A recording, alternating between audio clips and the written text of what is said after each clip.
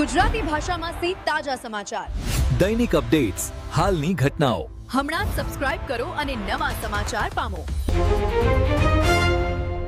બંગાળના જીતની ગુંજ ગુજરાતમાં વાવથરામાં ભાજપના કાર્યકર્તાઓનો ઐતિહાસિક જશ્ન. પશ્ચિમ બંગાળમાં ભાજપે નોંધાવેલ પ્રભાવશાળી જીતના પડઘાવે દેશભરમાં ગુંજાઈ રહ્યા છે અને તેની સીધી અસર ગુજરાતના બનાસકાંઠા જિલ્લાના વાવથરા વિસ્તારમાં જોવા મળી રહી છે. જીતની ખુશીમાં ભાજપના કાર્યક્રમોમાં ભારે ઉત્સાહ છવાઈ ગયો અને તાલુકાના નાનાથી મોટા ગામોમાં જશ્નની લહેર ફરી વળી છે. જ્યાં જુઓ ત્યાં ઉત્સવ જેવો માહોલ સર્જાયો હતો. કાર્યકરોએ ફટાકડા ફોડી જીતની ઉજવણી કરી, એકબીજાને મીઠાઈ ખવડાવીને દેશભક્તિના નારા સાથે વાતાવરણ ગુંજાવી દીધું. ભારત માતા કી જય, વંદે માતરમ અને ભાજપ જિંદાબાદ જેવા નારા ગુંજી ઉઠતા લોકોમાં દેશપ્રેમની લાગણી સ્પષ્ટ દેખાઈ રહી હતી. વાવથરાદ અને આસપાસના ગ્રામ્ય વિસ્તારોમાં યુવાનો ખાસ ઉત્સાહ સાથે રસ્તા પર ઉતરી આવ્યા. અનેક જગ્યાએ બાઇક રેલી, રોડ શો અને નાના જાહેર કાર્યક્રમોનું આયોજન કરવામાં આવ્યું.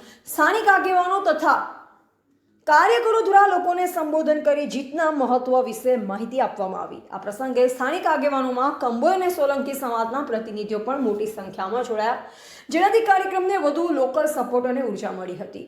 કાર્યકરોનું કહેવું હતું કે આ જીત દેશના વિકાસ, મજબૂત નેતૃત્વ અને જનતાના વિશ્વાસનું પરિણામ છે.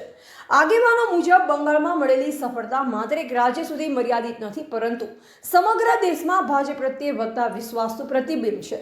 આ જીતથી કાર્યક્રમમાં નવી ઉર્જા, ઉત્સાહ અને આત્મવિશ્વાસ વધ્યો છે, જે આવનારી લોકસભા અને સ્થાનિક ચૂંટણીમાં પણ અસરકારક સાબિત થઈ શકે છે. સ્થાનિક સ્તરે લોકોમાં રાજકીય ચર્ચા તેજ બની છે અને કાર્યકરો આગામી દિવસોમાં વધુ સક્રિય થવા માટે તૈયાર દેખાઈ રહ્યા છે.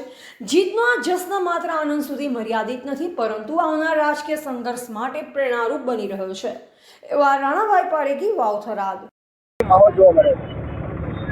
બંગાળ આ દેશનું મોટું રાજ્ય છે અને ત્યાં આગળ બાંગ્લાદેશીઓની ઘૂસપેઠના કારણે 15 વર્ષથી જે પ્રકારે આ દેશને નુકસાન કરવાવાળા તત્વો વધારેમાં વધારે ભેગા થઈ રહ્યા હતા, એને દૂર કરવા માટે ત્યાંની પ્રજાએ જે જનમત ભારતીય જનતા પાર્ટીની તરફેણમાં આપ્યો છે.